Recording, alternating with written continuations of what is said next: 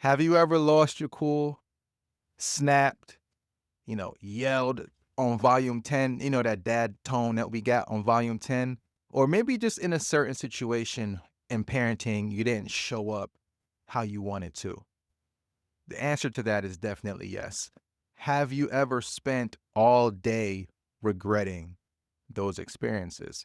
Have you spent all day regretting your actions, your tone of voice, how you showed up as a dad in those moments? I'm pretty sure the answer to that is also yes. So, this episode is all about being kind to yourself during those moments and after those moments. It's about self compassion for fathers. That's what this talk is going to be about today. And sometimes we hear the word self compassion as dads, and honestly, we are like, what are you even talking about? Because we weren't taught, we weren't conditioned to think about these words and these ways of expressing our emotions in parenting as men, especially.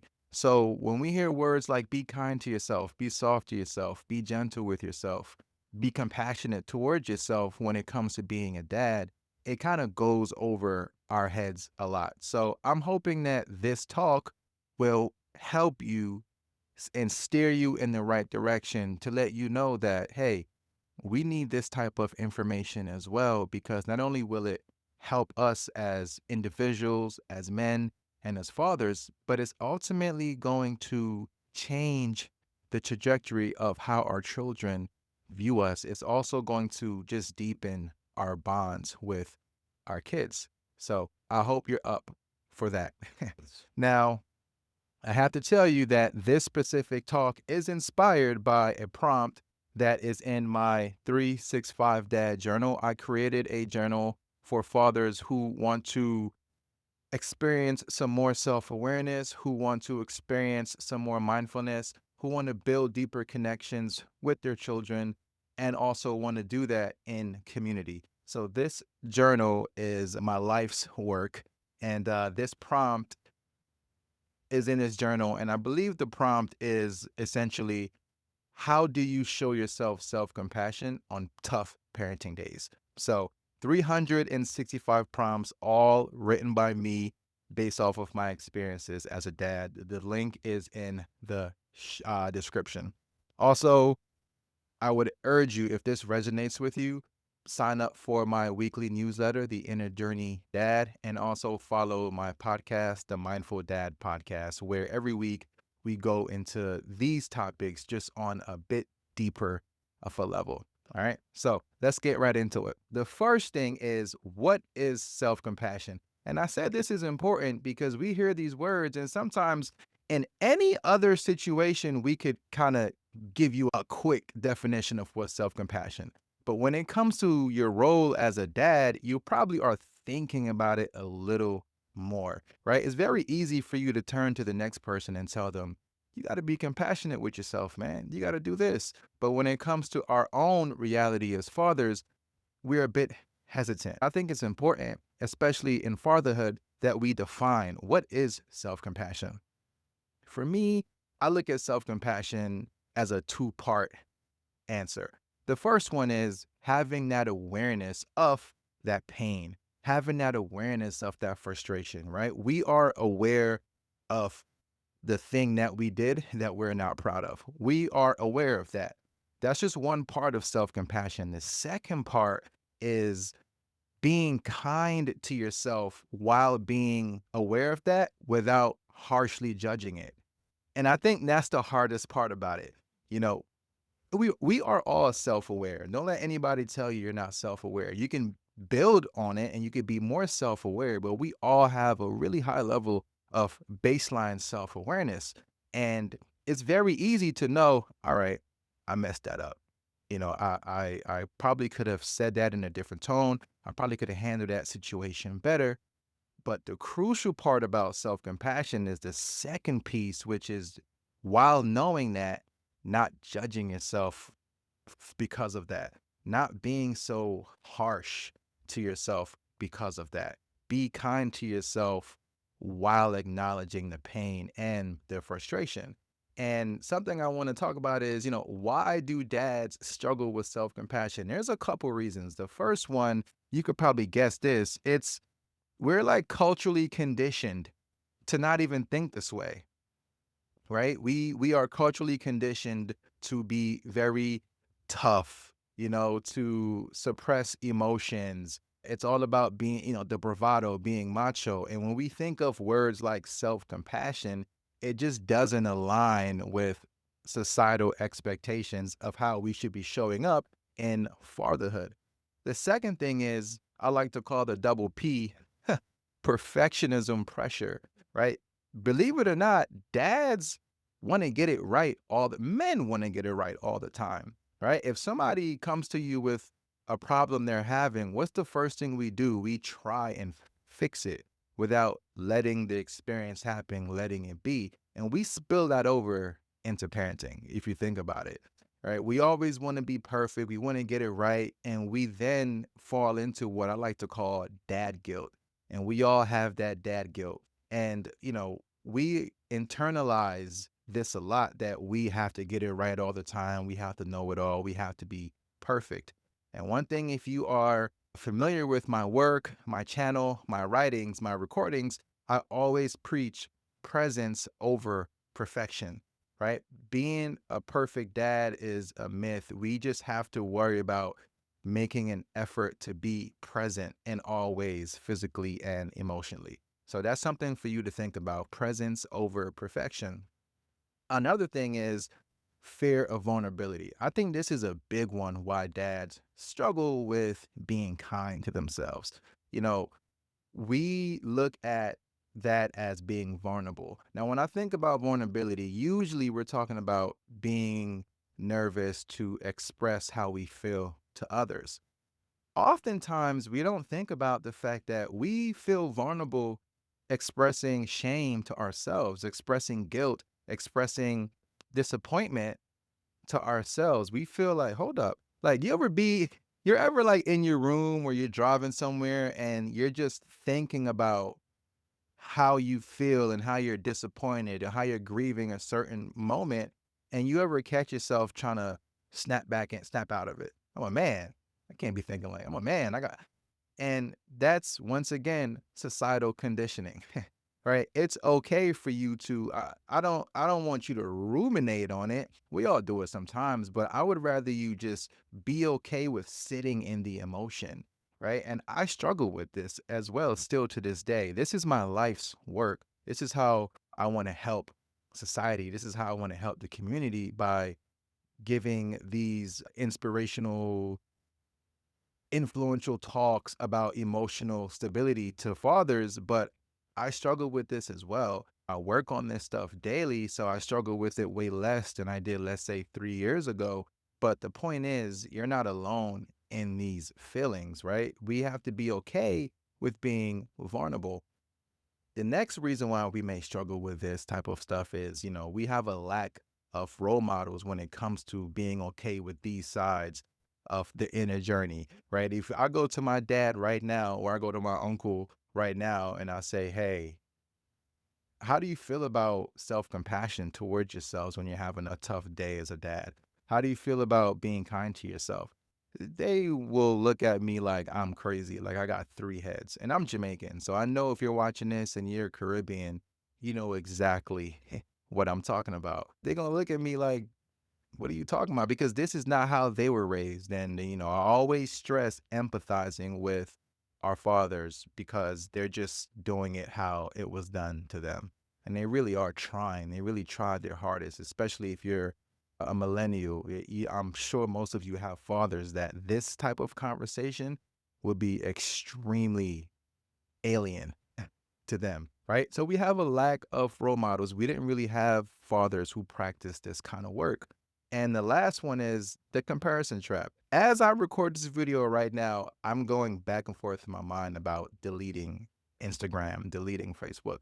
Because let's face it, we often see versions of other people and they portray it to be their best selves. And sometimes, if we're in a rough spot in life, we compare ourselves to that image. So we might look at dads on Instagram, dads on Facebook, And we're like, man, I wish I was able to do that. I wish I was able to do this. So we kind of fall into the comparison trap. And that also makes our self worth go down. So these are all ways that fathers struggle with self compassion. I'll give you a quick personal story. I'll try to make it as quick as possible because these videos are supposed to be condensed versions of the podcast. But really quickly, the other day I was in Maryland with my son, and he did something that I thought was extremely childish. He's 13 years old, and he did something that I felt was not supposed to be done as a 13-year-old, and then he kind of chuckled after it. So I'm human. I'm not a robot. I lost it. So I kind of got at him verbally, and I could just see in his face that he was extreme, like his whole day was shot because of my reaction. And the more I thought about it, my reaction was a bit harsh, right? So when we were in the car on the way to the destination, it was quiet in the car because he's mad, and he's probably thinking I'm quiet because I'm mad, but actually I was quiet because I was replaying some questions in my head. The first thing is, obviously I need to be accountable, and I need to talk to him about this. I need to say, "Hey, that was a bit much," right? I needed to apologize, and I did. But the second thing is I asked myself these questions when I'm being hard on myself, because I was being really hard on myself when we were in the car. We were going to see Jurassic World, which I don't know how I feel about that movie, but whatever. But we were going to see that movie, and I was just really quiet. And I was asking myself some questions that I tend to ask myself when I'm down on myself as a dad. You probably can't ask these questions in live action. If you are familiar with this channel, you know what I call live action, when parenting is happening right now. We got to spring into action. And I can't sit here and tell you to ask yourself these grand questions right in the moment. But when you have some time after, you should ask yourself these questions. And I took the opportunity to ask myself these questions while we were driving to the movie theater. And so I'm like, what am I feeling right now? That's one question. Please feel free to write this down. So I was like, what am I feeling right now? And I named it. I'm like, all right, I feel a little bit of guilt, a little bit of shame. Like I was not as patient with him as I should have been in that moment. So I named the feelings, I labeled the feelings. The second question is, and this is, I promise you, I asked myself these in the car. This is a big one. I have a best friend, right? Her name is Casey. And I'm like, what if Casey came to me about something and, how she was feeling terrible about herself? What would I say to her in this situation? And that's something that you should think about. What would you tell your best friend? If your best friend came to you and was like, man, I am a piece of, you know what? I feel like crap. I'm a terrible person. What would you say to them, right? You would probably comfort them and not criticize them. You'd probably remind them how good of a job they're doing, and they should just kind of give themselves some grace. And the last thing is, what do I need right now? Right? That's the last question you should ask yourself. What do I need right now? In this moment, what do I need right now? And I thought about it, and I was like, in this moment, I need a conversation. Like, that's what I need right now, for him to know, like, yo, my bad, bro. Like, that was a bit much. How you feeling? And that's what I needed. So those are the three questions you can ask yourself after moments of you feeling down on yourself about a parenting moment as a dad. What are you actually feeling? Label it. What would you tell your best friend in this situation? How would you help them in this situation? And then the last one is to ask yourself, what do I actually need right now? Right? Before I end this video, I'm going to give you, I would say, let's call it three practical techniques that you can do on a daily basis to actually help you with self-compassion in your role as dad. The last thing I told you about was more so in live situations, like this is what you should do. But now when you have real opportunity to reflect and sit down, maybe in the morning, maybe at nighttime, when you have some real stillness, these are techniques that you can put into play. So when you are actually going through it, whenever when the world is awake, you can quickly show yourself compassion. So the first thing is to, I would say, quickly cut out the inner critic, like cut it out halfway. And so I guess actually this is something that you can do in live action as well, right? So, you're going through it, you're talking bad about yourself, just realize like, nope, cut it out. For example, I have a 13-year-old and a 3-year-old. So I've been parenting for 13 years. There is no way, there is absolutely no way I should be calling myself a bad dad because of moments I've done here and there compared to my 13 years of parenting. You know what I mean? Like, I've been doing a really good job, especially if you consider the last few years when I've really gotten involved in this type of work. So there's no way that I'm going to just up and let one or two or few moments that I wasn't proud of completely erase all the times that I was emotionally present for my children and I was understanding towards my children and I showed them compassion, right? We should stop doing that. The second thing is journaling. I mean, I'm not trying to sell you anything, but like journal. Even if it's not this 365 dad journal, just get accustomed, get used to writing your feelings down on paper because as men in general, even if you never had a child a day in your life, we are kind of told we can't journal. I remember I saw a guy, I think I was in Vermont. No, I was in some other state. And I saw a guy with his daughter, and I was like, you know what? I want to give him a free journal. It was him and his daughter, and my spirit just said, give him a journal. So I went up to him and I was like, hey, man, do you journal? And he goes, no, but I'm open to it. He didn't even know I had this in my hand. I think and I said, give me 1 second. And I went and got the journal and I said, hey, man, this is a journal that I wrote to help dads be mindful, and, in a nutshell. And he goes, thank you. I appreciate that. And so even if you have the mindset of you've never journaled before, but you're open to it, even if it's a blank piece of paper, and if you just write down your thoughts, write down how you're honestly feeling, because then you're confronting your emotions and it makes it easier to overcome them when you have them on paper, in my opinion, in my experience of this whole thing. And the last thing I would say is be okay with speaking your shame. Call up a friend. Yo, this is what I'm struggling with. My friends know me. They joke around and call me a oversharer, right? I play video games, and part of one of the video games we play together is NBA 2K. And you get badges based off of certain skill levels you have. And they always say I have what's called an oversharer badge because I will overshare. I don't look at it as being oversharing because I'm just telling you how I feel. And the good thing about my friends is they're very supportive.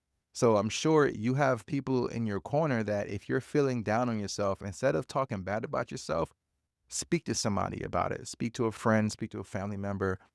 If you have a partner, speak to your partner. And I'm sure they will be very supportive throughout all of this. I think that's it for today. I just want to close this talk by letting you know that self compassion is not a weakness, it's actually a strength. You're not going through this alone. Anything you've ever felt as a dad, any feeling of guilt, judgment, shame you've ever felt, just know that there are hundreds of thousands upon hundreds of thousands of fellow fathers that feel like you. And being able to look yourself in the mirror to want to be better, to want to be different is actually a strength. So that's all I got to say. And I'll catch y'all next week. Have a good one.